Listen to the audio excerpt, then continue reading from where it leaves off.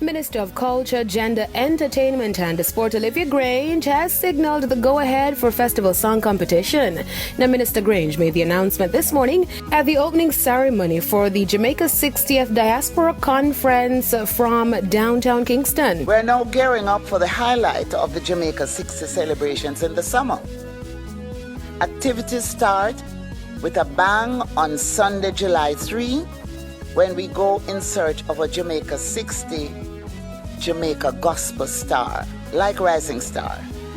This will continue for 5 weeks and will culminate in a grand finale in the Jamaica Festival Independence Village at the National Indoor Sports Center, where that village will run from the 30th of July through to August 6th.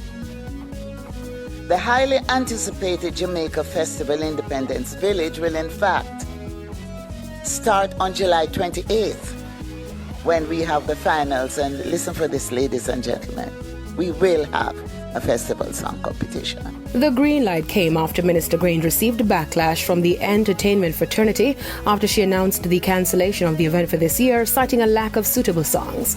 What we have decided to do is to create a narrow window of 1 week and to invite new entries.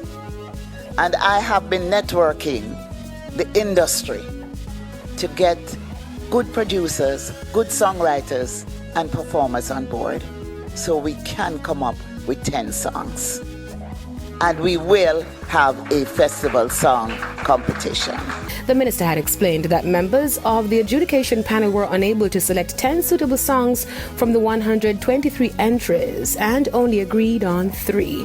The news of the return of the competition was welcomed.